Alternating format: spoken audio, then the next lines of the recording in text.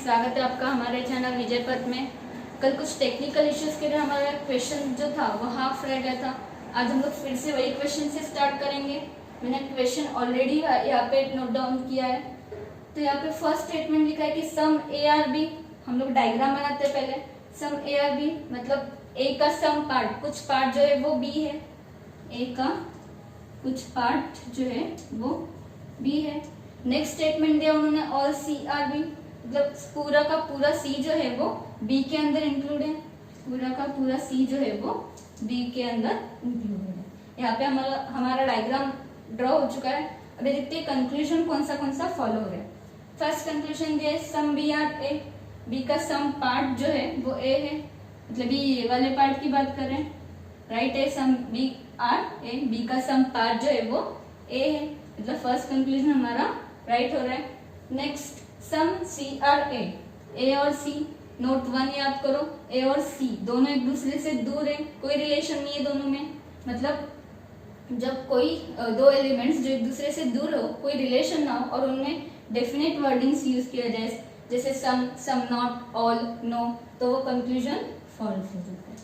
Third conclusion some A are not C. Same वही, A और सी एक दूसरे से दूर है, कोई रिलेशन नहीं है और डेफिनेट वर्डिंग्स यूज किया जा रहा है। सम नॉट रॉन्ग हो गया। Fourth conclusion some A are not B. Some A are not B. तो यहाँ पे ब्लैंक शेड की, मतलब ये वाले पार्ट के लिए लेकर बात कर रहे हैं। वो हमारा नोट 2 था। जब भी कोई ब्लैंक शेड की बात किया जाए साथ ही में डेफिनेट वर्डिंग्स यूज किया जाए तो हमारा कंक्लूजन जो है वो फॉल्स हो जाता है। जैसे यहाँ पे सम ए आर नॉट बी, मतलब ए का सम पार्ट जो ब्लैंक शेड वाली बात किया जा रहा है वो जो है वो बी नहीं है। Blank shade, definite wordings use किया है, सम, कंक्लूजन क्या होगा? फॉल्स। वही अगर यहाँ पे पॉसिबिलिटी होता है या फिर कैन, मे जैसे वर्ड्स यूज किए जाते तो हमारे ये जो है इंडेफिनेट वर्डिंग्स साथ में आता तो कंक्लूजन हमारा राइट हो जाता। Fifth conclusion some B are not C. B का सम पार्ट जो है वो सी नहीं है। अगेन वही कंसेप्ट, ब्लैंक शेड की, मतलब ये वाले पार्ट की बात कर रहे वो। Blank shade plus definite words, some blank shade plus definite wordings, conclusion हमारा क्या होगा? अभी हमें ये तो पूरे कंक्लूजन हम लोगों ने चेक किए। अभी आइदर और की कंसेप्ट पे आ रहे हैं क्या हमें देखना है। फर्स्ट कंक्लूजन देखते हैं, बी और ए आर और की पे आ रहे हैं। हाँ, फर्स्ट और फोर्थ में बी और ए आ रहे हैं, मतलब आइदर और की कंसेप्ट के लिए हमें फर्स्ट एंड फोर्थ कंक्लूजन को चेक करना है। अभी नेक्स्ट सी और ए, सेकेंड और थर्ड दोनों में एलिमेंट सेम दिख रहे हैं, मतलब सेकेंड और थर्ड भी चेक करना है हमें। सेकेंड एंड थर्ड चेक करना है। और कहीं ए और बी, बी और सी तो और फिफ्थ एक ही एलिमेंट है, उसके लिए कॉम्प्लीमेंट पेयर के लिए और एक पेयर नहीं है हमारे इधर।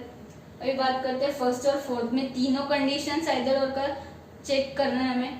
फर्स्ट देखते हैं, दोनों के एलिमेंट सेम है फर्स्ट और फोर्थ में। हाँ, दोनों जगह ए और बी और यहाँ पे भी ए और बी है। सेकेंड कंडीशन, दोनों में से एक जो है, एक कंक्लूजन नेगेटिव होना चाहिए और एक पॉजिटिव होना चाहिए। फर्स्ट कंक्लूजन पॉजिटिव है, फोर्थ कंक्लूजन नेगेटिव है। सम और सम नॉट है, ये वाला नेगेटिव हुआ और ये पॉजिटिव हुआ, मतलब सेकेंड कंडीशन भी हमारी सेटिस्फाई हो रही है। थर्ड कंक्लूजन देखना है हमें कि दोनों जो है वो इंडिविजुअली रॉन्ग होने चाहिए, लेकिन हमारा फर्स्ट जो है वो राइट आ रहा है, फोर्थ वाला रॉन्ग है लेकिन फर्स्ट वाला राइट आ रहा है, इसलिए हमारा ये आइदर और का कंसेप्ट नहीं बनेगा, मतलब फर्स्ट और फोर्थ आइदर और में नहीं आएंगे। नेक्स्ट देखते हैं second and third. Second and third में दोनों के एलिमेंट्स फर्स्ट चेक करना है। फर्स्ट कंडीशन, दोनों के एलिमेंट्स सेम है, दोनों जगह सी और ए आ रहे हैं। सेकेंड कंडीशन था कि दोनों में से एक नेगेटिव होना चाहिए, एक पॉजिटिव होना चाहिए। यहाँ पे नेगेटिव आया और यहाँ पे सम पॉजिटिव आया, सेकेंड कंडीशन भी सेटिस्फाइड। थर्ड कंडीशन थी कि दोनों जो है वो इंडिविजुअली रॉन्ग होने चाहिए। हमारे दोनों जो कंक्लूजन है वो इंडिविजुअली रॉन्ग है, मतलब ये आइदर और की कंसेप्ट हो सकती है, लेकिन यहाँ पे देखो क्रॉस हो रहा है, एलिमेंट्स जो है वो क्रॉस हो रहे हैं। हमें एक्सेप्शन था हमारे लिए कि कौन से कंडीशन में क्रॉस नहीं होगा, तो ऑल और सम नॉट ऑल और सम नॉट के लिए क्रॉस नहीं लगता था, बाकी सब में पैरेलल और क्रॉस दोनों लगते थे। यहाँ पे देखते ऑल और सम नॉट है क्या, नहीं, हमारा सम है और फोर्थ में जो सेकंड में सम है और थर्ड में जो है वो सम नॉट है, मतलब ये हमारा क्या हो गया, आइदर और का कंसेप्ट।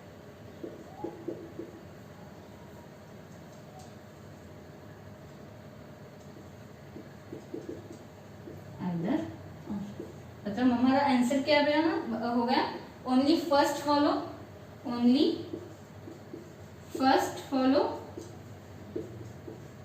एंड आइदर सेकेंड और थर्ड। सो नोट डाउन करना इस क्वेश्चन को। नेक्स्ट हम लोग नेक्स्ट क्वेश्चन पे जाएंगे। अभी ये नोट डाउन कर लो या फिर इसका स्क्रीनशॉट भी ले सकते हो आप।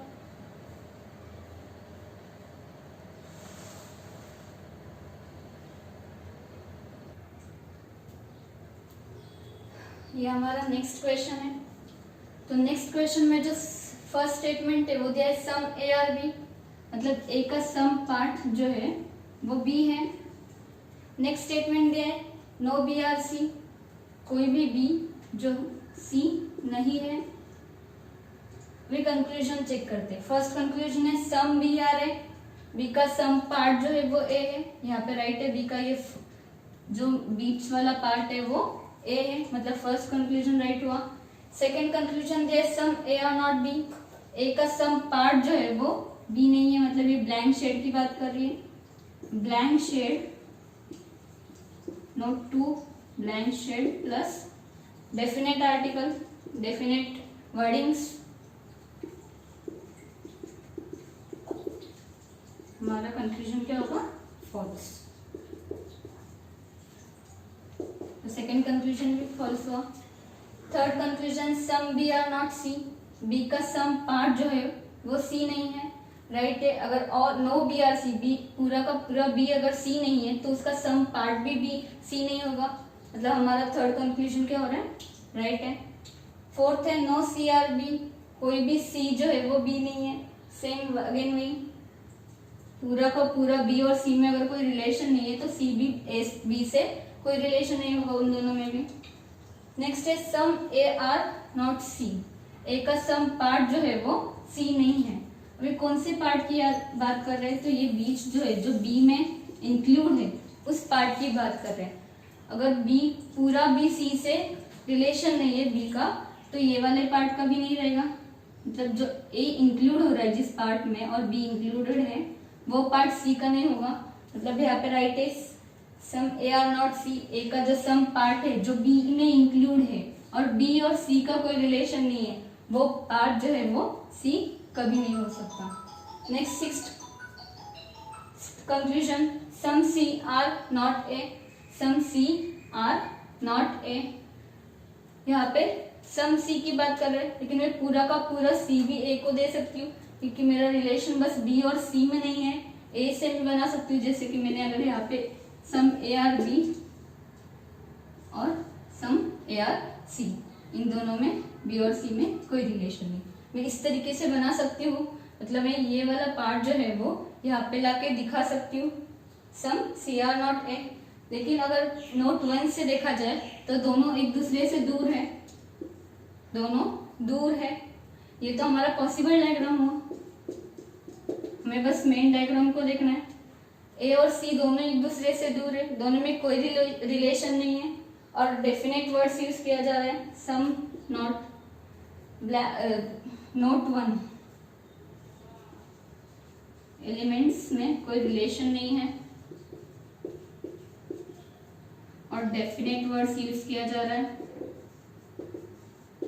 तो हमारा कंक्लूजन क्या होगा, फॉल्स, मतलब हमारा सिक्स कंक्लूजन है वो भी फॉल्स होगा। Next all A are C, पूरे के पूरे ए जो है वो सी के अंदर है, नहीं, क्योंकि यहाँ पे ऑलरेडी नहीं दिख रहा है और दोनों एलिमेंट्स एक दूसरे से दूर है, डेफिनेट वर्डिंग्स यूज किया जा रहा है ऑल, मतलब हमारा सेवेंथ कंक्लूजन क्या हुआ, रॉन्ग हुआ। नेक्स्ट आता है एट्थ कंक्लूजन की ओर, all A are C is a possibility, all A are C is a possibility. अभी यहाँ पे देखा जाए तो अगर एलिमेंट्स एक दूसरे में कोई रिलेशन नहीं रख रहे और इंडेफिनेट वर्डिंग्स का यूज हो रहा है जैसे कि पॉसिबिलिटी, तो हमारा कंक्लूजन है वो राइट होता है। लेकिन यहाँ पे ऑल ए आर की बात कर रहा है जिसमें बी भी इंक्लूड आ रहा है। जो बी का इतना जो पार्ट है वो सी में कहीं इंक्लूड हो ही नहीं सकता, क्योंकि पूरा का पूरा बी का जो पार्ट है वो सी से कुछ रिलेशन नहीं रख रहा है, मतलब ये वाले पार्ट भी नहीं आ सकता। तो हम लोग पूरा का पूरा एक कैसे सी को दे सकते हैं। बस जब भी ऐसा कंडीशन है जिसमें नो हो और साथ में बी भी, मतलब दोनों के रिलेशन में कनेक्शन भी हो, और ए का और सी का पार्ट जैसे फर्स्ट और थर्ड का पार्ट दिखा रहे हैं, हमें यहाँ पे पहले चेक करना होगा कि पॉसिबिलिटी लग सकता है या नहीं। मतलब यहाँ पे अगर मैं ऑल ए आर सी दूं, पूरा का पूरा अगर सी ए सी को दे दूं, तो बी का पार्ट भी सी में जा रहा है, जबकि यहाँ पे ऑलरेडी रेस्ट्रिक्शन दिया है। मतलब मेरा ये कंक्लूजन क्या हुआ, रॉन्ग। 8 कंक्लूजन के 9th कंक्लूजन पे जाते हैं। Some A are C is a possibility. Some A are C is a possibility. मैं सम ए को सी में डाल सकती हूँ, मैं पूरे को नहीं डाल सकती, लेकिन मैं ये बचा हुआ जो पार्ट है वो तो सी को दे सकती हूँ। यहाँ पे एलिमेंट्स दोनों एक दूसरे से दूर है, इंडेफिनेट वर्ड्स का यूज किया जा रहा है, पॉसिबिलिटी, कैन, में जैसे वर्ड्स। अगर दोनों एलिमेंट्स एक दूसरे से दूर हो, कैन जैसा और मे जैसा पॉसिबिलिटी वाला वर्ड्स यूज किया जा रहा है, और ये वाले पार्ट की बात कर रहे हैं जो बी में ऑलरेडी इंक्लूड नहीं है, रेस्ट्रिक्शन वाला पार्ट नहीं है, तो हमारा वो कंक्लूजन क्या होगा, राइट होगा।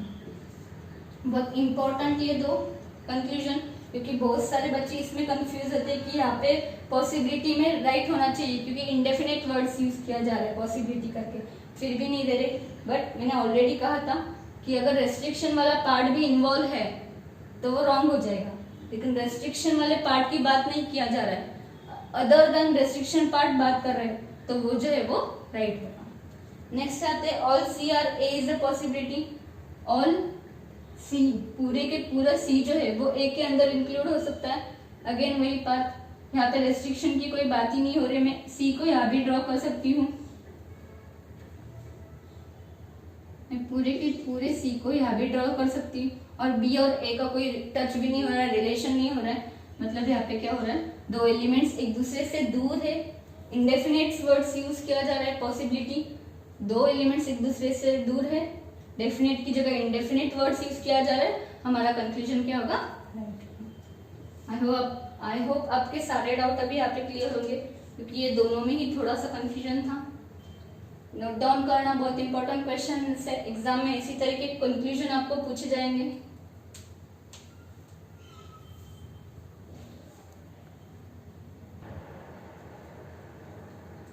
बढ़ते हैं हमारे नेक्स्ट क्वेश्चन की ओर। नेक्स्ट क्वेश्चन में फर्स्ट स्टेटमेंट दे